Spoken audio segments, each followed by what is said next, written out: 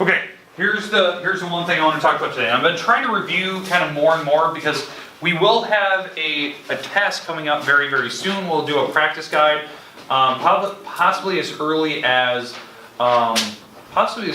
tomorrow. We'll start to see the practice guide for this test. The reason why this test is just based on proportions and simplifying fractions. You guys nailed it on the head yesterday with that proportion problem that I gave you. I want to talk about that style of problem. I think the problem was one person bought apples for like 12 apples and they spent, I think it was like $2.55 or something like that. And the second person bought 20 apples and they spent $3.75. Okay. And the idea was you were trying to figure out which one was the better deal. And you guys nailed it. What you guys did is you set up your proportions where you put the money on the top, you put the apples on the bottom, and the reason why you did that is because it gave you price per apple. Like this, the fraction word is literally the word per, price per apple. And you guys compared. You actually simplified the fraction and figured out, oh, it's going to be, I think what did you guys figure out? It was like 21 cents an apple versus 15 cents. So there was a major change, okay? And I was actually really impressed by that. But now, here's the thing. Here's the other way we didn't get to discuss it last time because I wanted to make sure we had time. This is another way you could have done it. You could have left this blank. Okay, got to put equals on here. You could have taken away that theoretical $3.75 that I had sitting there, just got rid of it, and put a variable here and did a proportion. Because what that'll do for you, like where it sits, if you actually solve this, what you'll actually find for x is if this is person number one, this is what they spent, what would person number one spend to get 20 apples? Does that make sense? So you can actually see which one would be the better deal. Because if person number one were to spend $2.55 per 12 apples and you wanted 20 apples, this conversion will tell me what person number one will spend. And then I can compare it, whatever this answer is, I can compare to $3.75, which was person number two. So that was the other way I wanted to talk about yesterday, we just didn't get there. So if you have, did any of you guys grab calculators yet? No. Okay, let me just give you a calculator here. Mine on my desk. Okay. So, type this in. I want to see if you can solve this proportion, cross multiply and divide. So if you're going to solve this proportion, which number would you cross multiply and divide by? What would be typing in? Thanks, Jake.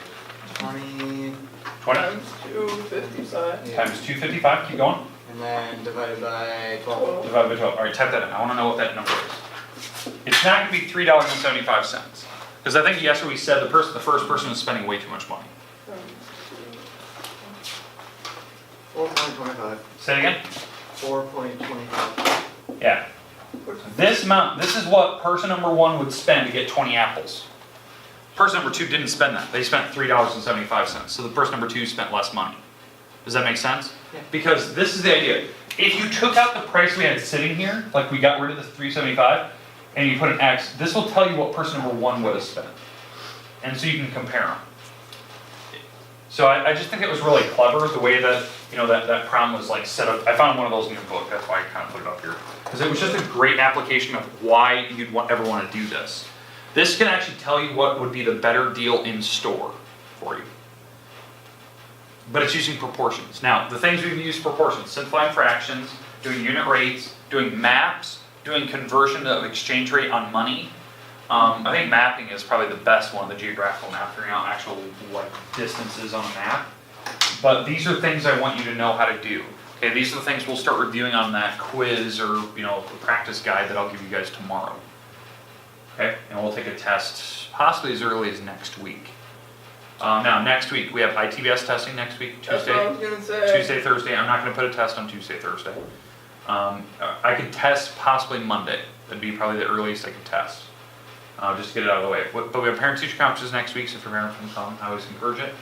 But that's we have a full week next week. But, possibly as early as tomorrow or Friday we can start reviewing. If you have any late work, you can turn that in. Remember, when is all late work due this week? Friday, Friday. I think I went through some of those yesterday, like Eric, I think you had two. those two.